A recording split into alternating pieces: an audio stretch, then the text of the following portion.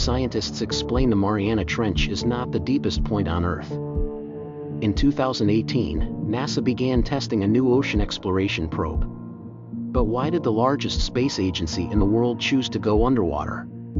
It turns out that this hard job needs the latest knowledge and tools. In this video, you'll see why NASA is getting ready to face challenges deep under the sea. How can James Cameron help us look for life beyond Earth? And why is the ocean still the most important mystery that people know? How far down into the ocean can a person go? Since we can't go to space ourselves, we need tests to find out about it. But the ocean is a different story. Am I wrong? Many people can do their own research in the ocean by just jumping in. A normal person who doesn't have anything special can't go more than 6 meters down. They can go 40 meters down if they have a scuba set. Even though some free divers can go 100 meters below sea level without a tank, that's still nothing compared to how deep the ocean goes. It is a long way away. Even in the top layer, which is called the epipelagic zone, it has a depth of 200 meters at its lowest point. Here, sunlight can still get through, and both phytoplankton and the fish that eat it laugh. Plus, there are dangerous animals like dolphins and sharks, but can a person go any deeper? This is Ahmed Gaba. He broke the record for the deepest scuba dive by going 332 meters below the surface. This means he got to the Mussel Ocean, which is also called the Midnight Zone. It goes 200 to 1,000 kilometers below the Earth's surface. Even the best summaries of military history. We can't go this way. There's no more sunlight. And the animals that live there have amazing features. They have gotten used to living in semi-darkness because they have big eyes and their bodies give off light. This place is where you can find 90% of all fish. This is about 10 billion tons. The number of fish living in creepy cyclothrone alone is 1 quadrillion. But that's just the tip of the iceberg.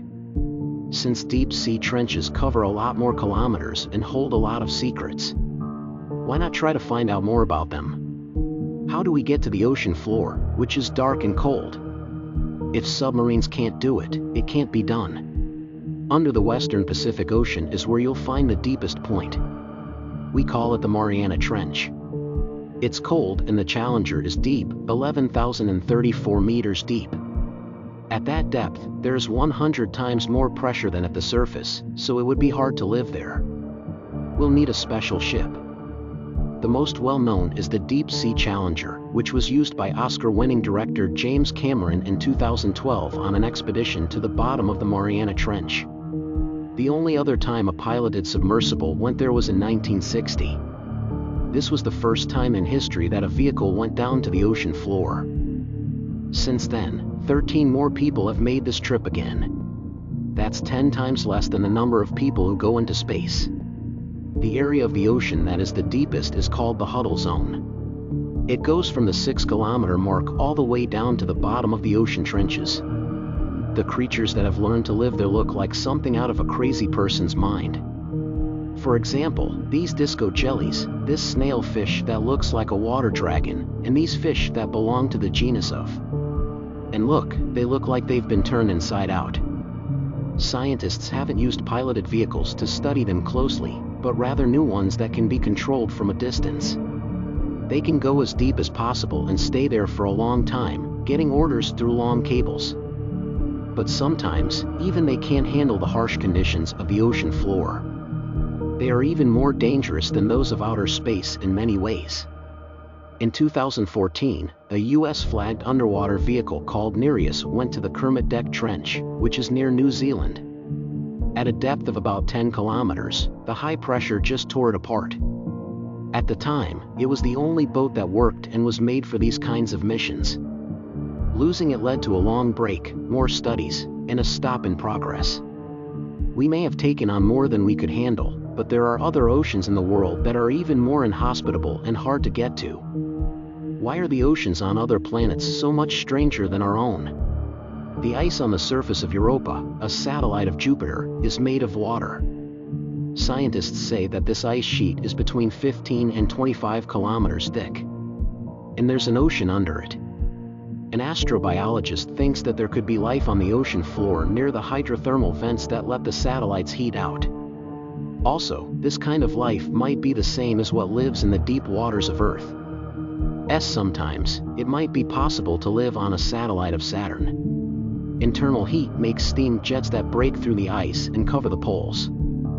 In 2018, they were found to have water by a space probe called Cassini. But to find life, a similar probe will have to be sent to the depths of both satellites.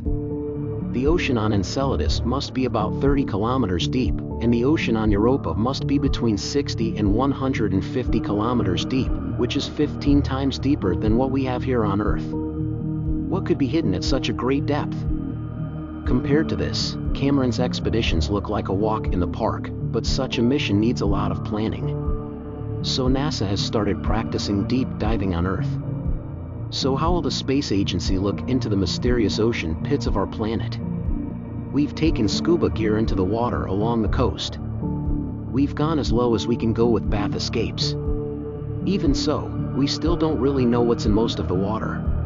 Right now, about 80% of the ocean hasn't been explored. These parts of the ocean are called the bathtub pelagic and the abyssal pelagic. They are also known as the midnight zone and the abyss. Tripod fishes and deep-sea anglerfishes, for example, are just a small part of the deep-sea world. We've managed to discover given zero visibility. Almost all of the research has been done by feeling around in the dark. Since submersibles can only work for a certain amount of time under such high pressure, it's impossible to explore the huge areas of the midnight zone and the abyss, or it used to be impossible until NASA got involved. To fill in the blanks on the Sun-ocean maps, they made an underwater drone called Orpheus. It has high-sensitivity cameras and sensors that were used on the Perseverance Mars rover. It can look at rocks, shells, and living things and make 3D maps of the bottom areas. The small, 250-kilogram probe is made of syntactic foam, which is a composite material that floats and is filled with tiny glass beads to make it stronger. It sounds like fun.